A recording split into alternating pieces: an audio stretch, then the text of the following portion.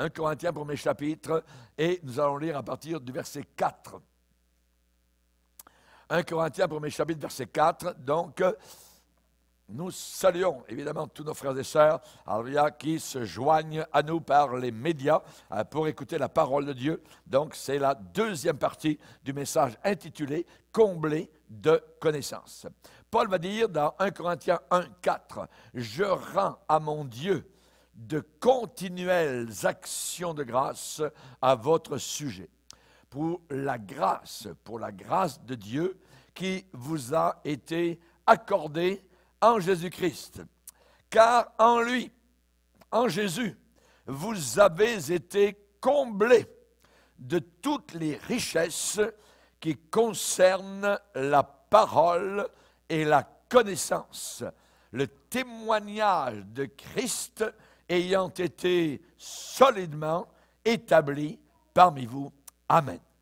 Seigneur, nous te demandons de bénir particulièrement ta bonne et puissante parole, que ce marteau, que cette épée, Seigneur, puisse accomplir des prodiges dans nos cœurs, afin que nous puissions te servir de mieux en mieux, de plus en plus, sachant que notre travail ne sera jamais pour rien en toi. Nous te bénissons, Seigneur, et que ton nom soit glorifié. Au nom de Jésus, Amen. Et tout le peuple dit Amen. Gloire à Dieu. On peut s'asseoir, frères et sœurs. Alléluia. Donc, pour reprendre un petit peu le fil de nos idées, nous avons vu comment Jésus, évidemment, donc, n'avait pas étudié, n'avait pas été à l'école rabbinique, et pourtant, il connaissait les Écritures. Et les Juifs, donc, se grattaient le menton, la barbe, en disant, mais comment connaît-il les Écritures, lui qui n'a pas étudié, hein? Et là, évidemment, Jésus était la parole de Dieu. Et déjà à l'âge de 12 ans, donc, il confondait, je dirais, les têtes grises, hein, les docteurs à Jérusalem, sur les portiques du temple, là où, donc, il les interrogeait. Il posait des questions à 12 ans à ces grands messieurs, ces grands théologiens. Et nous avons vu différentes choses, donc, comment l'Écriture est d'une importance capitale pour nous, les chrétiens. On ne peut pas se passer de la Bible. Il faut la lire, il faut la serrer dans notre cœur, c'est ce qui nous garde propres, purs et saints. Comment le jeune homme rendra-t-il pur son sentier en se dirigeant d'après ta parole? Je serre ta parole dans mon cœur afin de ne pas pécher contre toi. Alléluia.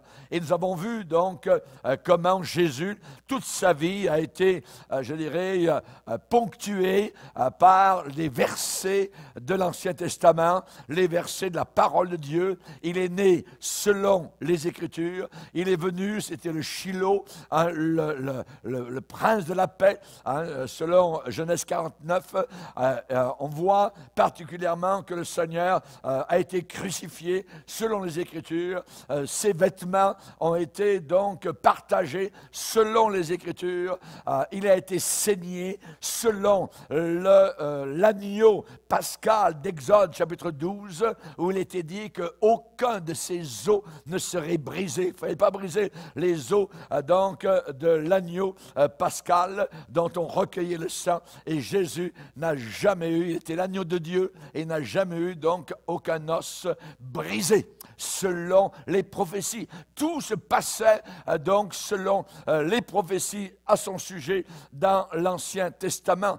Et nous voyons particulièrement que Jésus donc a réalisé tout ce qui était dit sur lui, donc dans son ministère, dans sa mort, dans sa résurrection.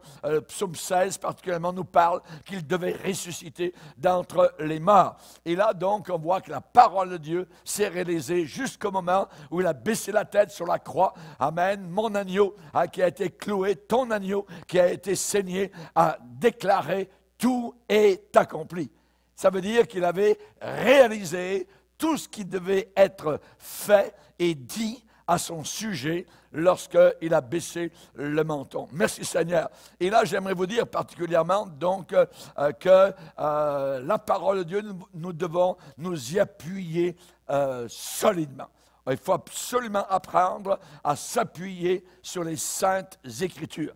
On ne s'appuie pas sur la pensée d'un homme, même la pensée d'un pasteur. On s'appuie sur la parole de Dieu, ce que Dieu déclare. Et on sait particulièrement, Élisabeth a déclaré à Marie, « Heureuse celle qui a cru, car les choses qui lui ont été dites de la part du Seigneur s'accompliront certainement. » Les choses dites de la part du Seigneur s'accompliront certainement. Heureuse celle qui a cru les paroles du Seigneur. Et là, nous sommes heureux aussi parce que nous croyons, amen, la parole du Seigneur. Et on sait que particulièrement, Paul, lorsqu'il a été averti qu'il devrait aller prêcher l'évangile à Rome, alors que son navire sur lequel il naviguait était en train de se déchirer par 1000 morceaux, eh bien, durant une nuit, il a eu une vision donc de la part du Seigneur et il lui a été dit qu'il en serait exactement selon le renseignement qu'il a reçu du ciel, c'est-à-dire qu'il devrait arriver quelque part, tous sains et saufs. Et il y avait environ 300 personnes à bord, au bord de la mort, qui pensaient ne jamais arriver vivants. Et pourtant, eh bien, l'apôtre Paul les a encouragés. Il est devenu le capitaine, je dirais, de ce navire en dérive. Et il leur a dit, « Hey, reprenez courage, parce qu'il en sera exactement comme il m'a été dit. » Alléluia, gloire à Dieu. La parole de Dieu a une puissance et une efficacité de vérité, de vérité. Et c'est la raison pour laquelle vous n'avez jamais à rougir de la parole de Dieu. Si vous êtes étudiant, si vous êtes universitaire, et on se moque de vous, vous n'avez absolument pas à rougir de ce que vous croyez selon les Saintes Écritures. Et on n'aura jamais à rougir de la Bible. Quelqu'un peut partir de cette idée-là.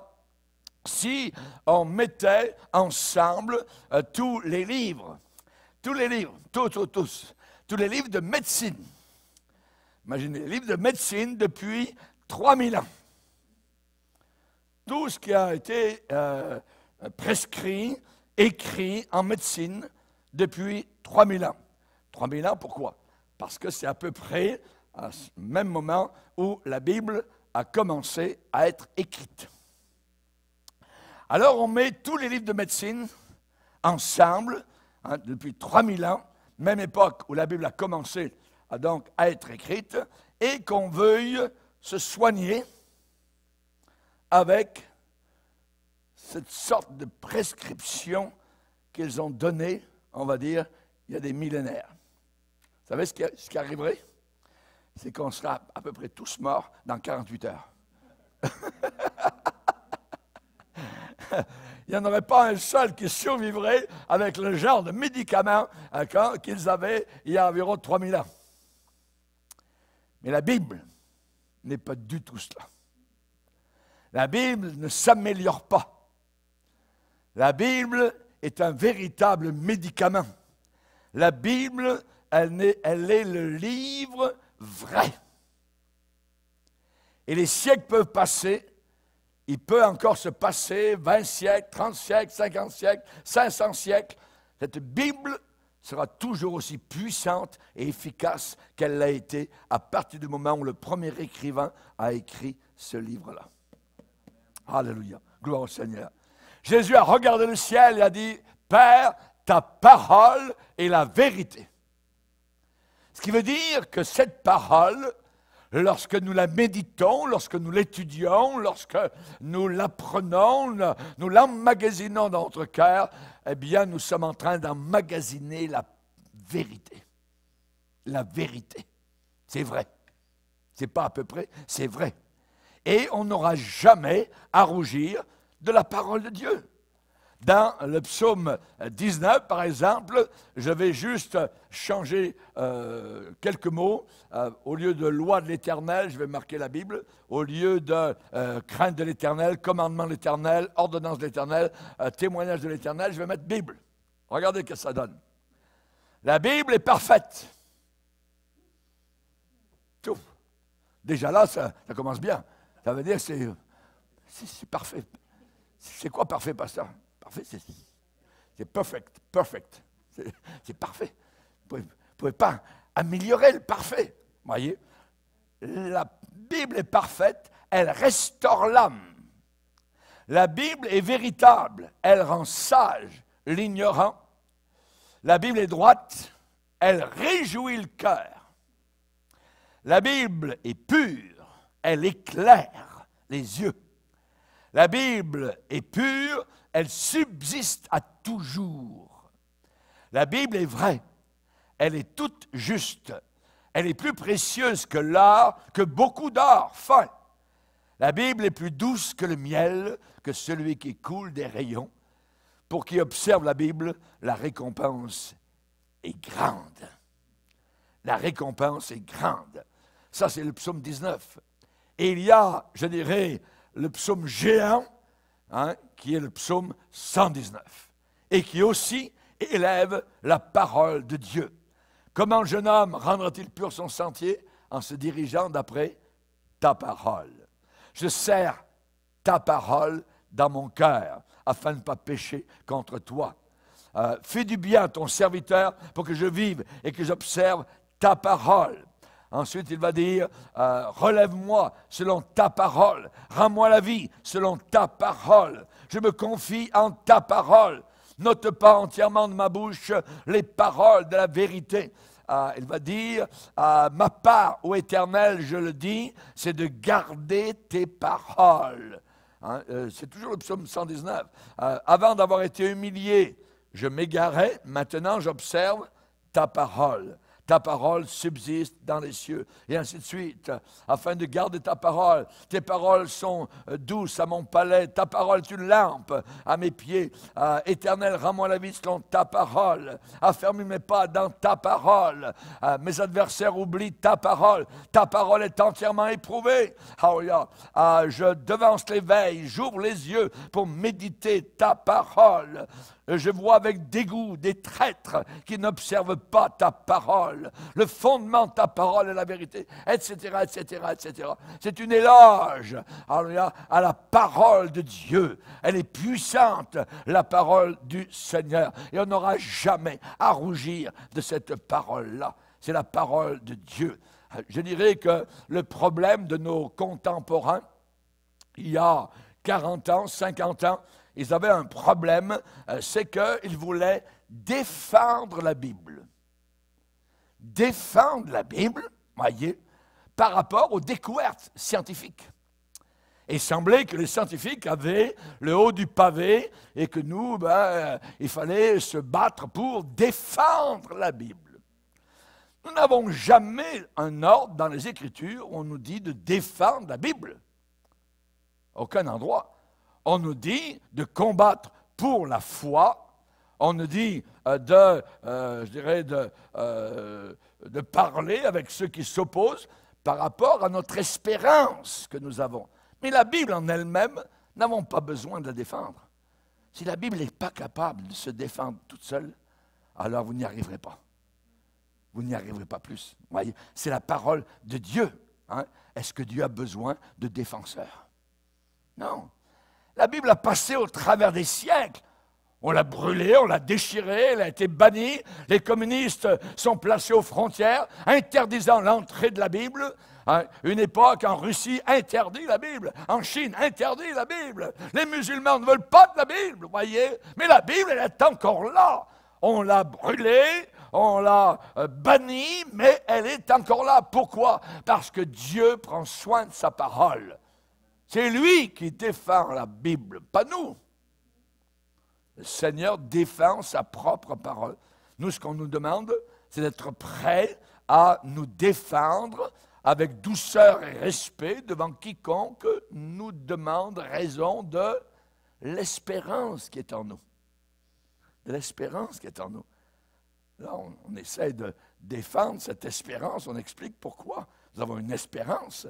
Au travers de la morosité régnante autour de nous, nous avons une joie, une paix, nous savons où nous allons, nous sommes gardés, nous sommes protégés, on a été sauvés. Alléluia, c'est formidable. Alors on peut, oui, essayer de défendre l'espérance qui est en nous, expliquer. Mais la Bible, elle se défend toute seule. Nous n'avons pas besoin de défendre la Bible, voyez.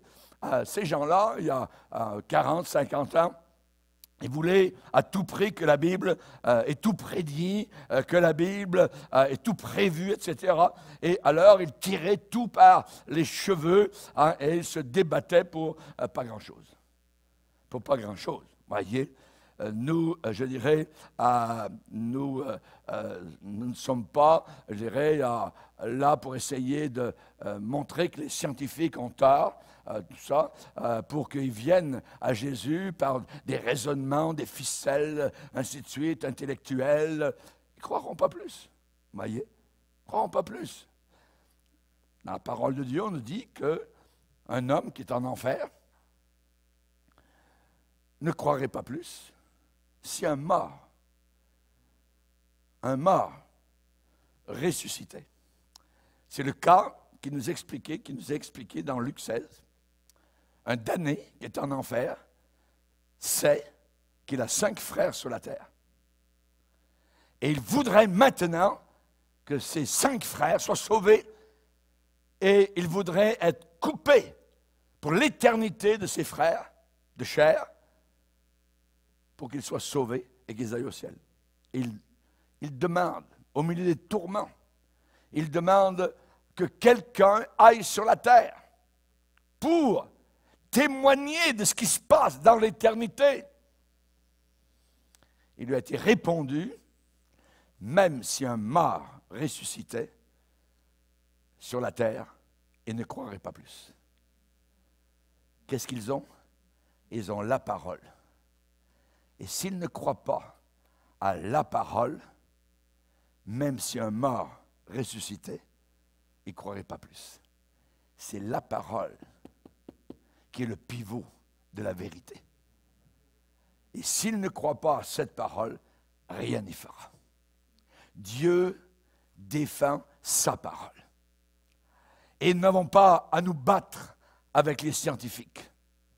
Avec ceci, avec ben là il y a des milliards d'années, tout ça, puis, qui croient ce qu'ils veulent, tout ça.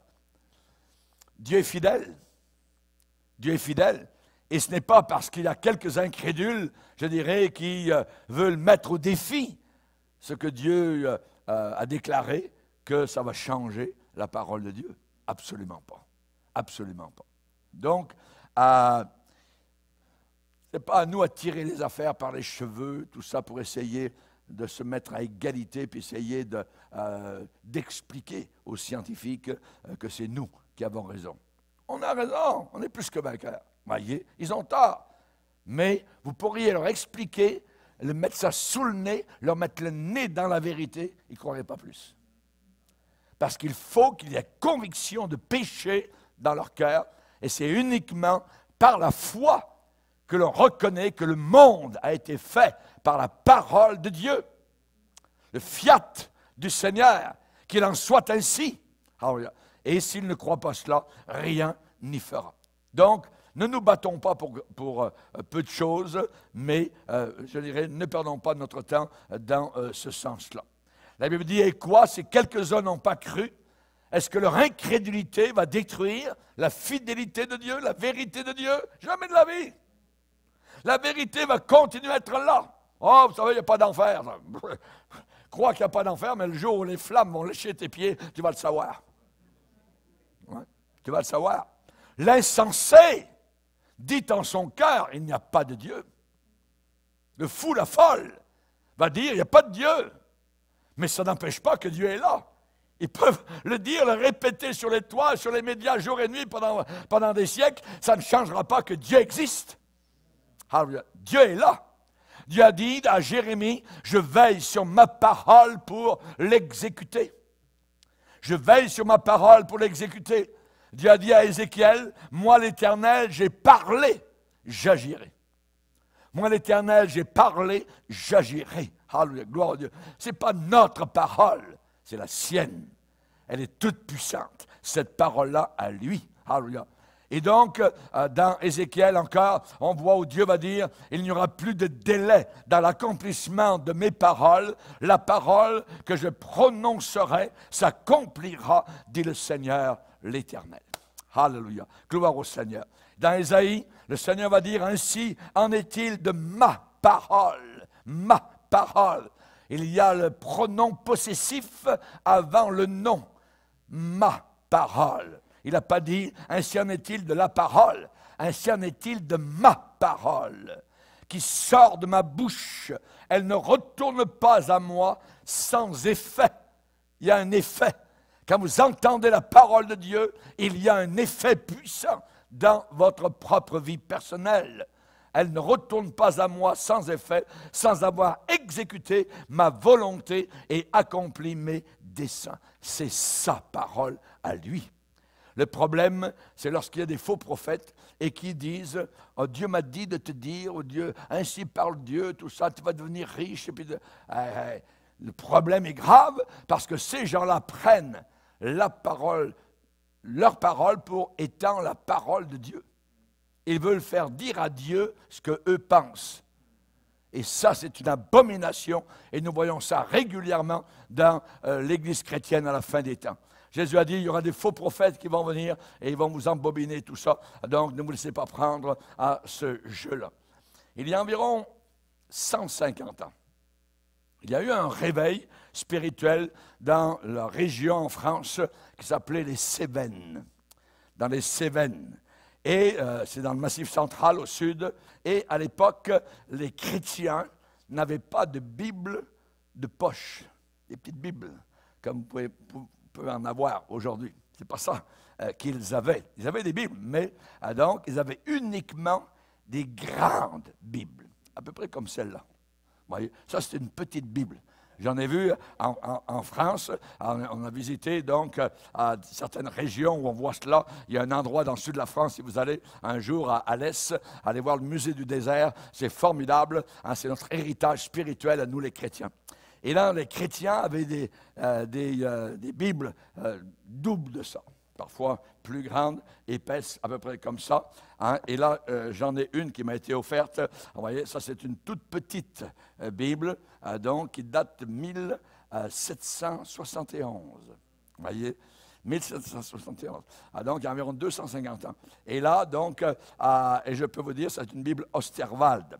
Et donc, elle a été offerte à une personne, donc, Susanna, je ne sais pas trop, j'arrive pas trop à lire le nom, donc, présentée par M. Burnet. Voyez, donc, ce sont des gens qui ont vécu, voyez, et il y a les Écritures au début de cette Bible-là, c'est une Bible Osterwald, donc, et c'est en vieux français avec des annotations, c'est très intéressant. C'est formidable, donc, c'était un pasteur de la région de Neuchâtel en Suisse, il serrait cette Bible, ils étaient prêts à mourir pour la parole de Dieu qu'ils serraient donc dans leur propre cœur. Et donc, tous les gens, tous les chrétiens à cette époque-là, avec ce réveil dans les Cévennes, s'étaient fait faire particulièrement donc une grande poche. Vous avez des vestes, et donc à l'intérieur, il y avait des grandes poches, donc très larges, pour transporter ça. Voyez, ils n'avaient pas des sacs, voyez, ils mettaient ça dedans. Imaginez que vous avez ça juste à côté, là, ça c'est petit, voyez. Donc, vous étiez chargé. Hein? Vous alliez donc à la réunion avec ça dans une poche immense, donc à l'intérieur des vestes ou des manteaux. Et ils allaient comme cela, donc tous à la réunion avec leur grande Bible dans leur poche. Et personne ne laissait sa Bible à la maison. Ça n'existait pas de laisser sa Bible à la maison. Ils amenaient leur Bible à la réunion. Rappelez-vous, quand Paul est arrivé à un certain endroit en Grèce, les Béréens vérifiaient dans les Écritures pour voir si ce qu'on leur disait était exact. L'exactitude de l'enseignement qui leur était prodigué. Il fallait certainement qu'ils aient les Écritures à poste pour vérifier ce que le prédicateur donc était en train de dire. Aujourd'hui, vous pouvez, dans beaucoup d'églises, voyez, personne ne vient avec sa Bible. On a un problème. Comment allez-vous vérifier? N'importe quel loustique, farfelu, peut vous enseigner toutes sortes de choses et vous n'avez même pas de Bible. Comment allez-vous vérifier? C'est ce qu'on vous dit. On vit dans un monde de mensonges, même dans le monde religieux. Et nous avons besoin de vérifier, de checker vraiment ce qui est enseigné est exact. Et là, à cette époque-là, ils avaient tous leur grosse Bible, donc, et tous avaient une sorte de déférence à l'égard de la Bible. Donc, au travers de l'enseignement qu'elle apportait et ce que la Bible disait. Ces gens-là étaient tous zélés pour la parole de Dieu. Une chose qui manque aujourd'hui, terriblement, hein, c'est qu'aujourd'hui, nos chrétiens, je ne suis pas contre les petits calendriers bibliques, tout ça, hein, ils lisent ça, un petit feuillet, par jour, et ça leur suffit pour la journée. À peu près comme une petite graine d'un oiseau, voyez, hein, et pas plus. Ils sont contents, satisfaits avec ça. Pourquoi? Parce qu'ils ont des petits estomacs spirituels. Et vous habituez, hein, quand vous maigrissez, vous mangez bien moins, tout ça. Et plus vous maigrissez, l'estomac maigrit aussi. Maintenant, je n'ai rien contre les petits livres de méditation pour toute l'année. C'est très bien, pas de problème avec ça. Mais ces méditations ne sont pas les gras pâturages. Les gras pâturages, vous voyez, c'est seulement quelques fleurs cueillies donc, dans le pâturage pour, entraîner et pousser les gens donc, à aller eux-mêmes dans le pâturage de la parole de Dieu. Psaume 23, il est dit, Seigneur, tu me fais reposer dans de verts pâturages. C'est dans les pâturages verdâtres que l'on trouve le repos. Au bout de 5 minutes, après avoir lu le petit show de calendrier, c'est pas mauvais pour un inconverti, on en envoie, puis ça amène des gens au Seigneur, je ne suis pas contre ça, mais pour le chrétien qui veut mûrir, qui veut grandir, ne pourrait pas vivre là-dessus. C'est des petites graines de rien par rapport au gras pâturage de la parole de Dieu, au vert pâturage. Le mot vert dans la Bible parle toujours de la vie, des verts pâturages. Pas des pâturages secs, des verts pâturages. Par exemple, pour vous montrer cela, Jésus un jour a dit, si l'on fait cela au bois vert, qu'arrivera-t-il au bois sec? Le Seigneur a mis en contraste le vert et le sec, la vie et la mort. Les païens sont du bois sec. Si on a fait cela au bois vert, Jésus est le bois vert, il est plein de vie. Et si les hommes de la terre ont fait ça au bois vert, qu'arrivera-t-il au bois sec? Inimaginable! Un jugement terrible, infernal, diabolique pour l'éternité. Le vert, c'est la vie. Et nous, comme chrétiens, nous avons besoin non pas de pâturage sec, mais de pâturage vert. Chaque enfant de Dieu doit être marqué, influencé, pas uniquement par le pasteur, mais par la parole de Dieu elle-même. Cette parole, il faut y mettre, je dirais, notre nez, notre tête, notre bouche, nos yeux, complètement dans les verts pâturages. Les brebis dans les verts pâturages sont tellement bien nourries qu'elles ne lèvent même pas la tête. Elles mangent, c'est bon, c'est merveilleux, tout ça. Alléluia. Hein? Et c'est la même chose pour chacun d'entre nous. Une fois que vous êtes satisfait avec la parole de Dieu, vous voulez en manger plus et plus et plus et connaître. Il y a des pâturages merveilleux au travers de l'évangile de Jean. Il y a des pâturages merveilleux dans les psaumes. Il y a des pâturages merveilleux dans les proverbes. Allez au pâturage. Comme auparavant, où on emmenait les vaches pâturer, tout ça le matin. On les ramenait le soir. Nous avons besoin d'avoir ces pâturages verts. La parole de Dieu. Alléluia. La parole de Dieu doit absolument laisser sa marque sur chacun d'entre nous. Une empreinte indélébile. Indélébile. Nous avons une sœur à Québec, Aria, qui n'était pas du tout croyante. Elle voyait dans sa famille certains qui avaient accepté le Seigneur. Et elle-même ne voulait rien savoir du Seigneur. Mais quand la maman est morte et qu'elle rangeait, cette dame rangeait les boîtes de carton donc, de la personne décédée, elle est tombée juste sur la Bible. Elle a vu. Imaginez, l'influence de la Bible, c'est la Bible de maman. Elle a donné sa vie à Jésus, là, en train de faire le ménage, en train de déménager les choses. Et depuis, elle fait partie de notre cellule à Québec. L'influence de la Bible, l'influence de la parole de Dieu. Alléluia. Évidemment, je dirais que si la parole de Dieu était, comme quelques-uns le disent, la Bible de l'Église, ce n'est pas la Bible de l'Église. Absolument pas. D'autres ont dit, c'est l'Église qui nous a donné, nous a transmis la Bible. Jamais de la vie. Non. Cette parole nous est parvenue malgré l'Église, en dépit de l'Église, en dépit des gens religieux, en dépit des moines, des monastères et des choses semblables. Elle nous est parvenue parce que Dieu veille sur sa parole. Et lorsqu'il y a eu un réveil spirituel dans toute l'Europe, ça a été la parole qui de nouveau a été placée sur le piédestal. Et les gens n'ont plus regardé les églises, les bâtiments, les curés, les évêques, le pape. Ils ont regardé la Bible. Dieu s'est révélé. La lumière est venue sur ceux qui étaient assis dans l'ombre de la mort. Et la lumière de l'Évangile les a saisis. Des villes entières, des pays entiers ont été bouleversés par la puissance de la parole de Dieu. Alléluia, alléluia.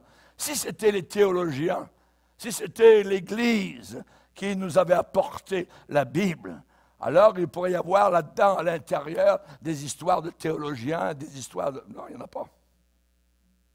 Il n'y en a pas, voyez, absolument pas. Nous avons aujourd'hui la parole de Dieu. Et ce n'est pas grâce à l'Église, c'est grâce à Dieu. C'est grâce à Dieu. Parce que si Dieu n'avait pas veillé sur sa parole, eh bien l'Église l'aurait détruite dans l'apostasie. Et nous savons que l'Église catholique, par exemple, a combattu la Bible, a brûlé des milliers de Bibles et des milliers de chrétiens. Lorsque j'étais jeune pasteur, ici au Québec, qui a été soumis pendant 400 ans à la puissance catholique romaine, quand j'étais jeune pasteur, dans les cantons de l'Est, dans la ville où je me trouvais, il y a une dame qui m'a raconté, c'est réel, donc elle était chrétienne, elle avait sa Bible à la maison, et lorsque le curé a su qu'il y avait une maison avec une Bible, il a appelé la police, et à la porte, la police est venue, « Madame, enlevez cette Bible de votre maison. » L'Église catholique, romaine. Ça, c'est pas il y a 400 ans, ça. Ça n'a même pas 100 ans. Juste environ 50 ans. N'oublions jamais ce qui se passe, ce qui s'est passé. Dieu, dans sa grande bonté, veille sur sa parole, préserve sa parole, défend sa parole. Si c'était uniquement de l'Église, nous n'aurions même pas de Bible. Il y avait une époque en Angleterre, durant les grandes persécutions contre la parole de Dieu, dans certaines églises, il y avait seulement une Bible qui était en avant, une seule. Elle était attachée avec une chaîne. Les gens qui venaient, par centaines, ils venaient l'un après l'autre, et là, ils regardaient, et ils lisaient un bout de verset, il fallait s'en aller. Nous avons des heures et des heures pour lire la parole de Dieu. Nous n'avons pas une Bible, nous avons des dizaines de Bibles dans nos maisons. Que faisons-nous avec la parole de Dieu? Je ne vois pas pourquoi nous devrions nous mettre à la défendre. On n'a pas à défendre la parole de Dieu. Absolument pas. Que devons-nous faire? Nous devons la prêcher. Il n'y a aucun endroit où le Seigneur a dit « Défendez ma parole ». Non, Dieu est le défenseur de sa parole. Mais il nous a dit, prêche la parole. Insiste en toute occasion, favorable ou non, car il viendra une époque où les hommes ne supporteront plus la saine doctrine. Nous avons à prêcher la parole, nous avons à proclamer la parole, aller dans le monde entier, prêcher la parole, la bonne nouvelle. On nous a demandé non pas de la défendre, mais de l'enseigner. Enseignez-leur à observer tout ce que je vous ai prescrit. Enseignez-leur. Le Seigneur nous dit qu'il la défend lui-même. Il suffit de savoir simplement qu'elle s'accomplira toujours. Soit dans le bien qu'elle promet, soit dans le mal ou le jugement qu'elle annonce. Elle s'accomplira. Que nous le voulions ou non, cette parole doit s'accomplir. La Bible dit dans Psaume 12, les paroles de l'Éternel sont des paroles pures, un argent éprouvé sur terre, au creuset, 7 fois épurée. Ce qui veut dire, elle est pure, d'une limpidité totale, d'une perfection raffinée. Du temps de Josué, lorsque Dieu a demandé la conquête de la terre promise, à la fin de la conquête, il y a un résumé, et il est dit, de toutes les bonnes paroles que l'Éternel avait dites à la maison d'Israël, aucune n'est restée sans effet. Toutes s'accomplirent. Aucune n'est restée sans effet. Toutes s'accomplirent. Vous pouvez être certain, quand vous lisez une promesse, quand vous lisez quelque chose qui est promis en bien ou en mal, ça va s'accomplir. Ça se réalise. Ça s'accomplit. Lisez avec moi un passage dans Josué 23. Vous allez le comprendre. Josué 23.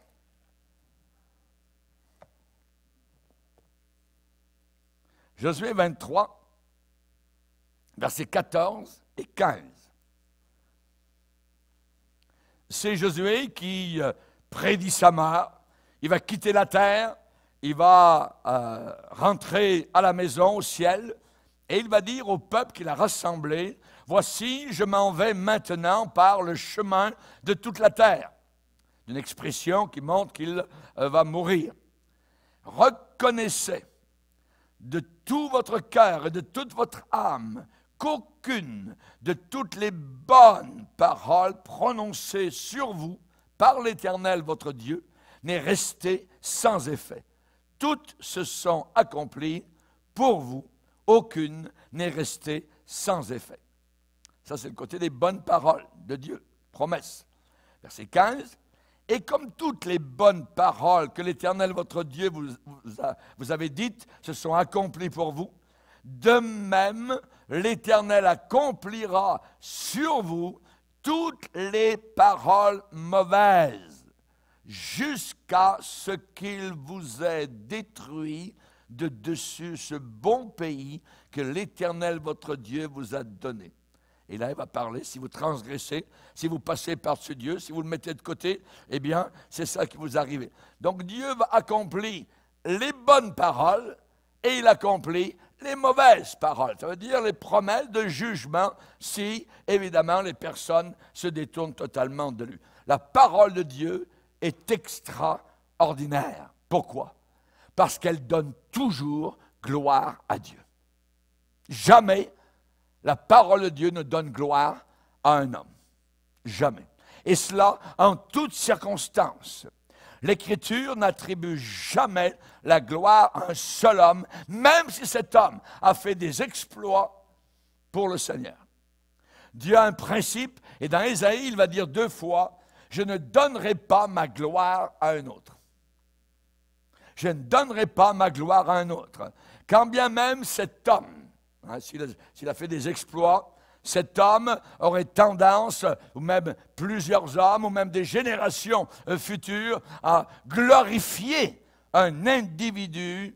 Dieu va souligner dans la vie de cet homme un acte qu'il a fait en sa faveur un acte de compassion, un acte de miséricorde, un acte de pardon qui a sauvé le gars de la déconfiture.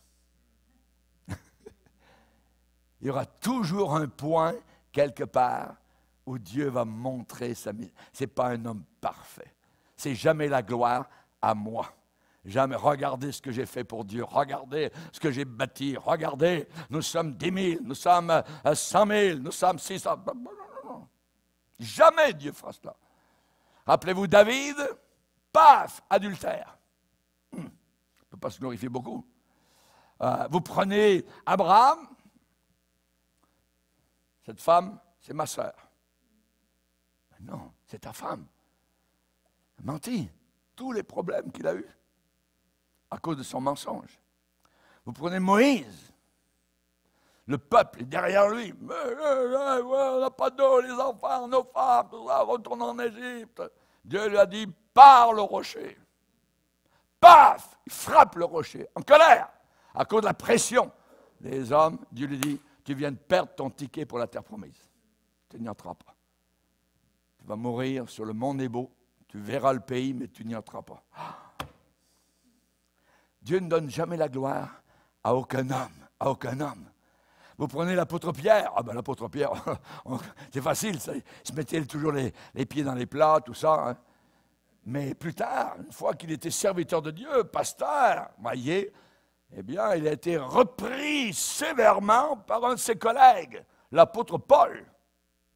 La première fois que j'ai lu ce passage, en ma première année d'école biblique, j'ai pleuré dans ma chambre. J'ai été touché, j'ai dit, Pierre s'est fait reprendre sévèrement par l'apôtre Paul, parce qu'il agissait avec hypocrisie. Dans Galates. Aucun homme ne peut avoir la gloire de Dieu. La gloire de Dieu lui appartient. Nous verrons la gloire de Dieu, mais nous ne l'aurons pas pour nous. Jamais. C'est sa gloire. La belle histoire, elle a commencé dans les champs de Bethléem. Qu'est-ce que les anges ont déclaré quand Jésus est né? Gloire à Dieu! Gloire à Dieu! C'est toujours gloire à Dieu, jamais aucun homme. Combien de fois nous avons vu, avec mon épouse, des personnes dans le ministère, ça fait quand même 50 ans qu'on est dans le ministère, non-stop, des gens qui ont pris la gloire, soudain ils ont disparu de l'horizon. Ils étaient mis de côté. Parce qu'ils ont voulu prendre la gloire. Rappelez-vous le roi Hérode, quand un jour il a harangué la foule, les gens en bas ont dit, ah, c'est pas la voix d'un homme, c'est la voix d'un Dieu. Paf, soudain, frappé par Dieu, rongé par les vers. Parce qu'il n'a pas donné gloire à Dieu. Nebuchadnezzar se promène du haut de son palais à Babylone. Il dit à ses serviteurs qui sont autour de lui, regardez, c'est moi qui ai construit ça, c'est moi qui ai fait ci pour ma gloire, c'est Babylone, la puissance, c'est moi qui ai bâti ça. Et soudain, il y a une voix du ciel qui parle, qui se met à parler, et qui dit quoi? On va le lire.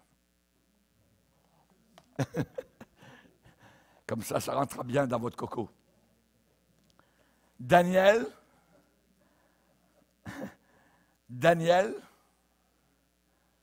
le prophète Daniel,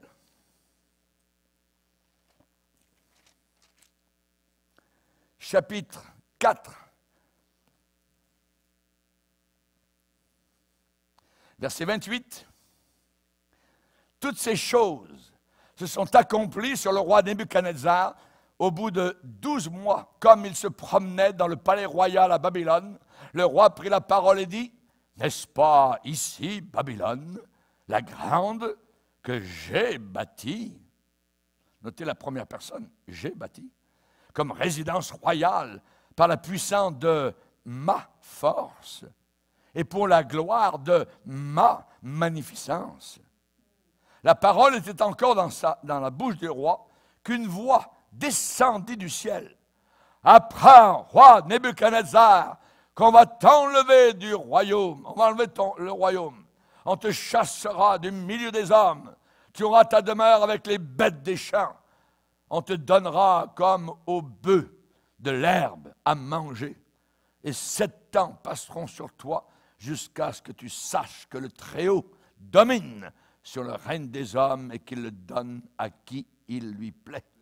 Au même instant, la parole s'accomplit sur Nebuchadnezzar. Fut chassé du milieu des hommes, il mangea de l'herbe comme les bœufs, son corps fut trempé de la rosée du ciel jusqu'à ce que ses cheveux croissent comme les plumes des aigles et ses ongles comme ceux des oiseaux. Il avait perdu la raison.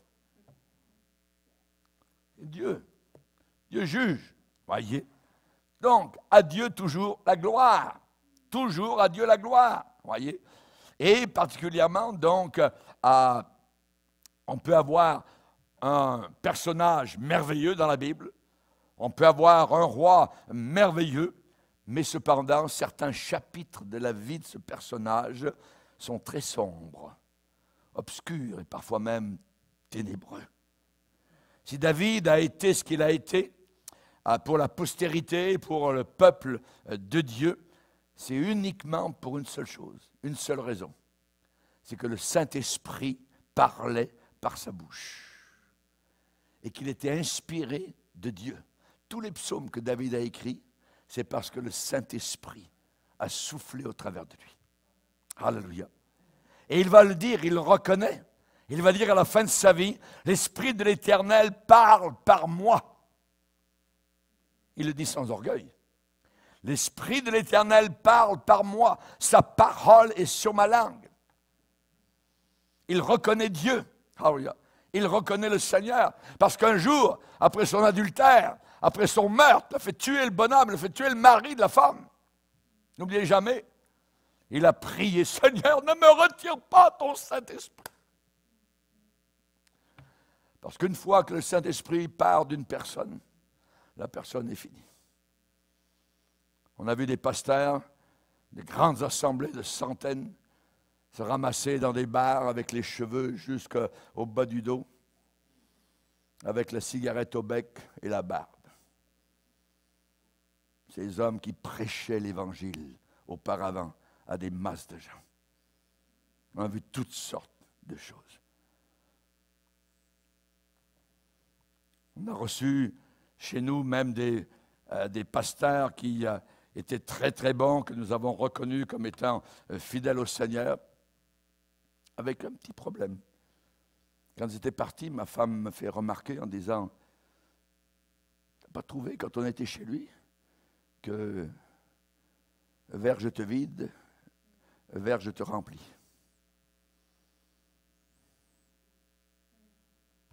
Et quelque temps plus tard, nous avons appris qu'il avait été exclu du ministère. Alcoolique, ivrogne. C'est un péché, ce n'est pas une maladie. Toutes sortes de choses. On ne peut jamais prendre à la légère les choses du Seigneur. Et ce que nous avons reçu, eh bien, c'est uniquement Dieu qui nous l'a donné. Nous n'avons pas le droit de nous glorifier parce que cela nous a été donné. Ça a été donné. Qu'as-tu que tu n'as reçu? Et si tu l'as reçu, pourquoi te glorifies-tu comme si tu ne l'avais pas reçu? Gloire à Dieu. Gloire à Dieu. La parole de Dieu attribue toujours à Dieu la gloire, toute la gloire. Et celui qui est pénétré, imbibé de la parole de Dieu, que ce soit un chrétien ou un prédicateur, eh bien ne descend jamais de l'estrade avec un sentiment de satisfaction personnelle en disant « Ah, aujourd'hui, ça a été merveilleux grâce à moi, ça a été formidable. Hein? J'ai vraiment sorti quelque chose de bien. »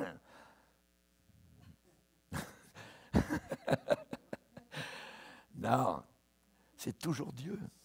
Toujours. Il est en train de parler maintenant. Alors, moi, je ne suis. Si Dieu était capable de se servir d'une ânesse pour parler à Balaam, il est capable de se servir d'un âne comme moi pour vous parler.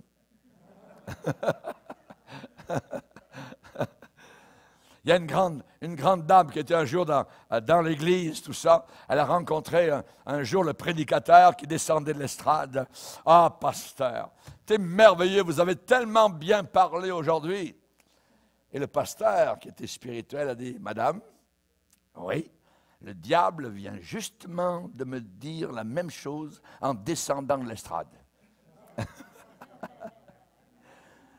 Le diable veut mettre l'orgueil dans le cœur de l'homme. Hein? Donc, l'homme n'a absolument rien à se glorifier. Rien. Si vous avez un certain succès dans le témoignage, des âmes viennent au Seigneur, des rétrogrades reviennent à Dieu, tout ça. Si vous avez quelqu'un qui a été converti grâce à votre témoignage, il a été convaincu, persuadé, tout ça. Quelqu'un qui a été comme détordu, je dirais, redressé, eh bien, de notre part, nous n'avons absolument aucune satisfaction personnelle à en tirer une gloriole. Pourquoi? Parce que c'est la parole de Dieu qui agit en ceux qui croient. C'est la parole de Dieu qui agit en ceux qui croient. Elle a une action dans ceux qui croient. Dans Hébreu, il est parlé de ceux qui n'ont pas cru à la parole. Et la parole n'a eu aucun effet sur eux, dans le désert. Aucun effet, ils n'ont pas cru à la parole. Et c'est ainsi que Dieu fait son travail au travers de sa parole. Toute l'Écriture est inspirée de Dieu afin que l'homme de Dieu soit accompli. Pas que l'homme de Dieu reçoive toute la gloire, jamais de la vie. L'Écriture transforme la vie de ceux qui l'expérimentent, de ceux qui la vivent. L'Écriture transforme la mentalité même de ceux et celles qui connaissent les Saintes Écritures. La différence que fait la parole de Dieu, et on peut s'en rendre compte dans certaines vies, eh bien, c'est qu'on peut reconnaître les faits de la parole de Dieu à partir même de la réforme de Luther.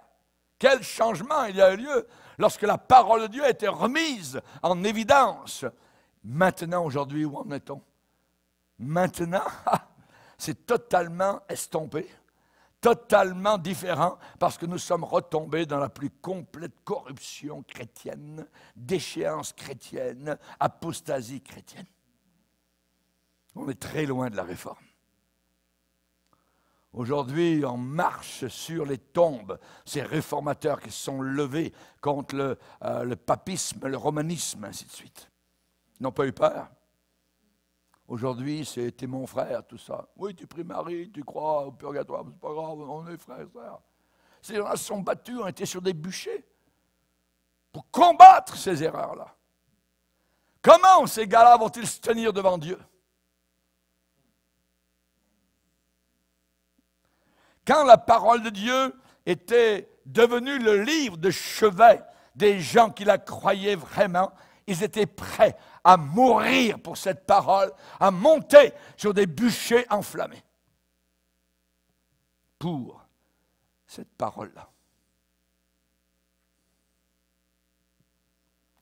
La vie de ces gens a été marquée par une intégrité, une honnêteté, une pureté qui ont duré plusieurs générations. En France, par exemple, à cette époque-là, dans certaines régions, les gens étaient scandalisés. Si quelqu'un était menteur, c'est un scandale. Ou quand on apprenait que quelqu'un avait menti, c'était un scandale.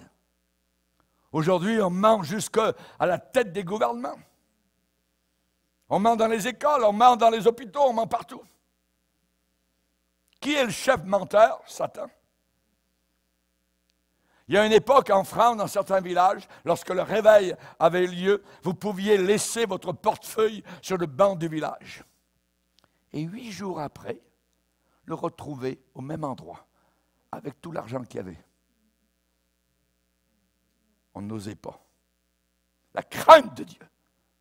Parce que la parole de Dieu avait si profondément impressionné ces gens-là, la mentalité de ces gens, qu'ils étaient devenus des gens foncièrement honnêtes. Honnêtes. Certains ont dit de ces gens-là, « Ah, ils sont tombés dans le puritanisme. C'est des puritains. » Ils ont exagéré. Mais « rappelons-nous, le contraire du mensonge, c'est quoi? La vérité. Quel est le contraire de l'ivrognerie? La sobriété. Quel est le contraire du vol? C'est l'honnêteté. Le contraire du blasphème, c'est sanctifier le nom de Dieu. Quel est le contraire de l'adultère? C'est la fidélité au vœu de mariage que vous avez déclaré devant Dieu et les hommes, à l'autel. Quel est le contraire de déshonorer ses parents? C'est les honorer. La parole de Dieu agit en vous qui croyez. Baissons nos têtes et prions. Seigneur, nous voulons que ton influence demeure sur nos cœurs. Comment allons-nous nous retrouver avec ces gens-là, Seigneur, qui avaient une si haute intégrité, une si haute pureté, et qui sont aujourd'hui dans le ciel? Je sers ta parole, afin de ne pas pécher contre toi. Ta parole est une lampe, une lumière. C'est une parole vivante, efficace, puissante, pénétrante, jusqu'à séparer âme et esprit, jointure et moelle. Et elle ne retourne pas à toi sans effet. Merci Seigneur pour l'effet de ta parole. Nous voulons aller de l'avant, nous voulons progresser. Nous voulons nous coller à ta parole, nous attacher à cette parole. Merci Seigneur. Au nom de Jésus, et tout le peuple dit Amen, Amen. Levons-nous ensemble devant le Seigneur. Pour écouter plus de conférences de prédication et d'études bibliques qui ne sont pas disponibles sur YouTube, rendez-vous sur notre site rbmif.org et vous allez accéder à notre menu messages, vidéos, prédications et vous aurez ainsi accès aux messages censurés. Que Dieu vous bénisse.